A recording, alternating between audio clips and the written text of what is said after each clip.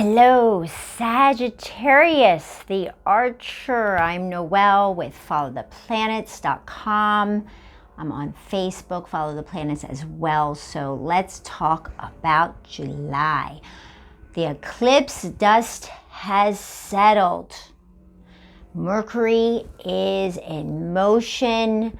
You can see farther into the future of where to shoot that arrow, Sagittarius, but hold on. Don't move too quick. I know you're a spontaneous kind of get-going action type of sign here on your horse, okay? But there's some things to consider here. And you're a natural philosopher, so let's go over this, okay? So first, we're going to talk about your ruler here. And this is what needs to really be considered. Your ruler, Jupiter, the planet of luck, has given us a little glimpse of what's going to be happening for you next year. Because starting in December, I believe the 28th, the end of December, Jupiter moves into Pisces for all of next year. So this is going to be a lot about your home all of next year, okay? And expanding that home. You might buy a big old house. You might buy some big old furniture that can't fit through the front door, okay, Sagittarius? So you may make some big moves. You may have additions to the family next year. Things like that, okay, are going to be a big focus for you. So there's a new moon. What I'm letting you know now, it's your ruler's retrograde at this point, and with the eclipses the last couple months, could have made things not so clear as far as what's going to be happening in your home life, but it still would have come up. But it's retrograde, and at the end of this month, it's going to go back into this area of Aquarius and communications that has been the theme of this year, communicating in groups and how you expand that communication, okay?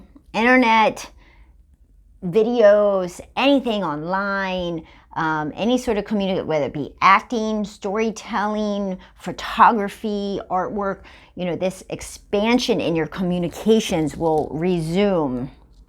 And he will be going direct in September. So it's a good time to review this area, okay? But there's a new moon, and this is on the July 9th, and with this being home-centered, you may have a new beginning in something home-related still, but the thing that I don't want you to, just move too fast on is that next year is going to be all about your home.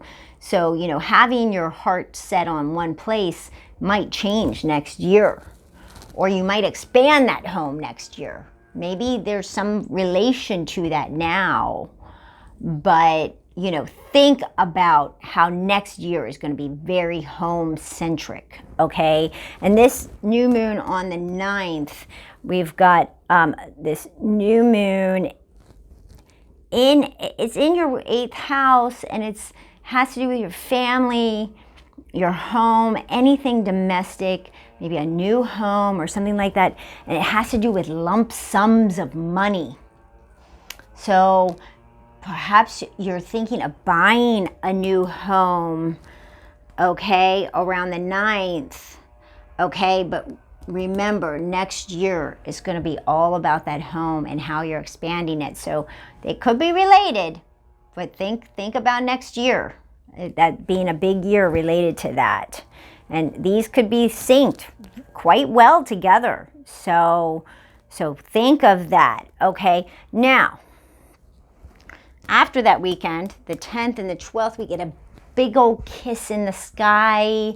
This works so well with you, Sagittarius, okay? It's in the house you rule, the 9th house, and it's in It's in a fellow fire sign, Leo.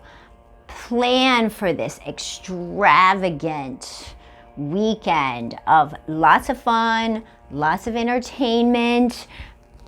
Also, you could be mentally connecting with others and philosophizing about things as well with a group of people during your outings with entertainment. Okay, so this weekend's gonna be a lot of fun. If you're single, plan on some dates, be out and about, go to the concert, go to the park, go to the parties, be active that weekend. All month is going to be very active, okay? But this weekend we get a nice balance of Venus and Mars coming together for a big old kiss in the sky. With this newbie, I mean, you could really engage, and it's a good time to do that. Mercury, Venus, and Mars are all in forward motion. So it's a good time to propose that weekend and go all out, okay, Sagittarius? Get the flowers, get done up, get all dressed up, go to expensive restaurants, make it a lot of fun, okay? And then we have a full moon in Aquarius on the 24th. So this full moon is interesting because it's an ending, but it's also a beginning related. So there's a shift, kind of like a trade-off here in something communication related. So there's an ending in some sort of way, by way of communication, but yet you're shifting, and it has to do with a group of people.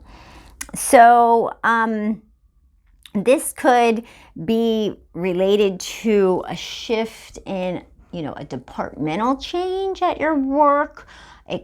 You could be ending some sort of communication related group event, but yet you shift into another, with this being your whole focus this year. And then with Jupiter going back into this area, at the end of the month, and then through December going to be in this area of focus and how it's expanding.